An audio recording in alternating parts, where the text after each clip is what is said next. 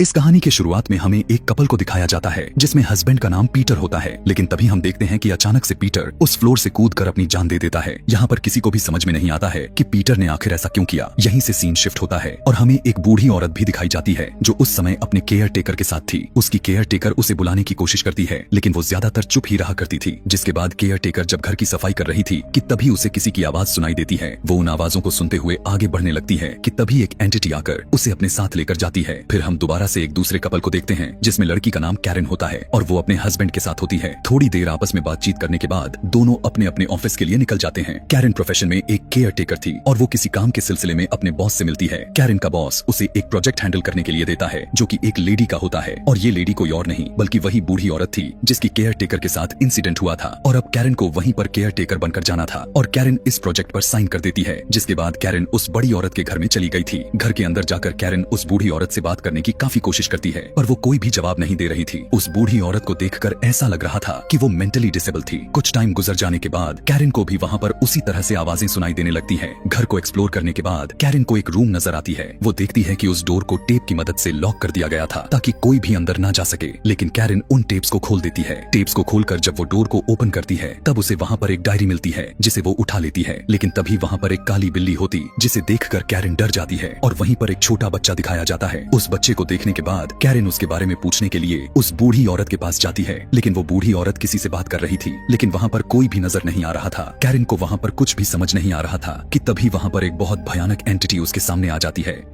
और वो दिखने में काफी भयानक थी, जिसे देखकर कैरन बेहोश हो जाती है। जिसके बाद उस बूढ़ी औरत की पास्ट का एक सीन दिखाया जाता है जब वे लोग इस घर को खरीदने के लिए आए थे। उस घर में आने के बाद वो बूढ़ी औरत कुछ अजीबो गरीब जैसा नोटिस करने लग गई थी। जो आदमी उन लोगों को घर दिलाने के लिए लेकर आया था उसे भी बाथरूम में एक बच्चा नजर आता है, लेकिन वो इस बात का जिक्र उस फैमिली से बिल्कुल भी नहीं करता, उन्हें कुछ भी नहीं बताता इसके बारे में। वो लोग एक बार फिर से उस घर में कुछ अजीबो गरीब नोटिस करते हैं। साथ में जब उस बूढ़ी औरत का बेटा अपने ऑफिस से घर आता है तब वो देखता है कि चारों तरफ घर का सारा सामान बिखरा पड़ा हुआ है। वो अपने मदर के पास आता है, लेकिन वो भी उसे कुछ नहीं बताती। वो कहती है कि उसकी वाइफ ऊपर है। उस बूढ़ी औरत का बेटा जब अपने रूम में आता है तब वो देखता है कि उसकी वाइफ की हालत काफी खराब हो चुकी है। उसे देखकर ऐसा लग रहा था कि जैसे कि उसकी वाइफ को किसी ने पोजेस कर लिया हो, लेकिन तभी अचानक से कोई घोस्ट आकर उन्हें मार डालता है। प्रेजेंट में हम देखते हैं कि कैरन का बॉस उसे ढूंढते ढूंढते उस घर में पहुंच जाता है, लेकिन वहाँ पर आने के बाद उसे पता चलता है कि वहाँ पर कुछ गड़बड़ है, इसीलिए वो जल्दी से पुलिस को बुला लेता है। जिसके बाद डिटेक्टिव कैरन के बॉस से पूछताछ करने लगते हैं और वो पूरे विस्तार से बताने लगता है। घर को एक्सप्लोर करने के बाद डिटेक्टिव को एक अजीब सा रूम मिलता है। उस घर को चेक करने पर उसे 2 डेड बॉडीज मिलते हैं और वो उसी बूढ़ी औरत के बेटे और बहू की थी। यहाँ हॉस्पिटल में कैरन को देखते हैं जो उस घर में होने वाले इंसिडेंट को लेकर काफी परेशान थी। डिटेक्टिव कैरन से कुछ पूछताछ करता है और वो भी उन्हें सब कुछ बताने लगती है। जाते जाते डिटेक्टिव कैरन को एक पिक्चर दिखाता है। उस तस्वीर में वही बच्चा था जिसे उसने उस सीक्रेट वाले डोर में देखा था। यहीं पर एक काफी परेशान कर देने वाली बात पता चलता है, और वो बच्चा तो आज से 3 साल पहले ही मर चुका था। ऑफिस में एक लड़की अपने प्रोजेक्ट पर काम करते हुए दिखाई जाती है। काम खत्म करने के बाद वो लड़की वहाँ से जाने लगती है, लेकिन तभी उसे वहाँ पर किसी की होने का एहसास होता है। उसे कुछ अजीब तरह की आवाजें सुनाई देने लगती हैं। ये आवाज इतना खतरनाक था कि वो लड़की काफी डर जाती है और उसके साथ कुछ अजीबो गरीब जैसा कुछ होने लगता है। तभी उसे वहीं पर एक एंटिटी नजर आती है जिससे डर कर वो वहाँ से भाग जाती है। वो लड़की काफी डर चुकी थी। बिल्डिंग के गार्ड के पास आकर उसे बताने लगती है कि यहाँ पर कोई है। उस लड़की की बात को सुनकर गार्ड चेक करने के लिए जाता है। वो लड़की गार्ड के रूम में रुककर सीसीटीवी फुटेजेस को देख रही थी कि तभी अचानक से वो उस सीसीटीवी में कुछ नोटिस करती है। वो देखती है वहाँ पर कोई डीमन आ गया है जो फ्लोर पर चल रहा है। यह देखकर वो और भी ज्यादा डर जाती है और वहाँ से फौरन भाग जाती है। अपने घर आकर वो लड़की काफी डरने लगती है कि तभी वही भयानक सी दिखने वाली एंटिटी आकर उसे मौत के घाट उतार देती है। दूसरी तरफ कैरन को देखते हैं जो इन सारे इंसिडेंट से काफी डरी हुई थी, इसीलिए वो अपने हस्बैंड के पास आ जाती है। रास्ते में जाते समय वो भयानक सी दिखने वाली एंटिटी कैरन को कुछ विजन्स दिखाने की कोशिश करती है, लेकिन वो इस पर ज्यादा ध्यान नहीं देती, इस बात को इग्नोर कर देती है। कैरन का बॉस अपने ऑफिस में एक लड़की को देखता है जो काफी ज्यादा इंजर्ड थी। वो लड़की एक बेसमेंट की तरफ जाने लगती है। कैरन का बॉस भी उसके पीछे पीछे जाता है कि तभी वो लड़की अचानक से टर्न हो जाती है। उस लड़की की शक्ल काफी ज्यादा भयानक होती है जिसे देखकर वो काफी डर जाता है। आगे हम कैरन को देखते हैं जो इन फैमिलीज के बारे में इंटरनेट पर सर्च करते हुए नजर आती है। काफी कोशिश के बाद उसे एक घर की हिस्ट्री पता चलता है जिसमें उसे पता चलता है कि एक आदमी ने अपने वाइफ और अपने बेटे को मारने के बाद वो आदमी खुद उसी घर में सुसाइड कर लिया था। कैरन उस फैमिलीज के लोगों के पिक्चर्स भी देखती है और ये फैमिली वही थी जिनके बारे में उस डिटेक्टिव ने कैरन को बताया था। उस फैमिली में जो औरत थी उसका नाम कयाकू था और जो बच्चा होता है वो वही बच्चा था जिसे कैरन ने देखा था। उस फाइल में किसी और पर्सन की पिक्चर भी दिखाई देती है और वो कोई और नहीं बल्कि वही आदमी होता है जिसने इस कहानी के शुरुआत में बिल्डिंग से कूदकर खुदकुशी की थी, यानी जिसका नाम पीटर था। यहाँ पर डिटेक्टिव को सीसीटीवी फुटेज को प्ले करते हुए देखते हैं और ये वही वीडियो थी जिसमें वो भयानक एंटिटी चलते हुए दिखाई देती है।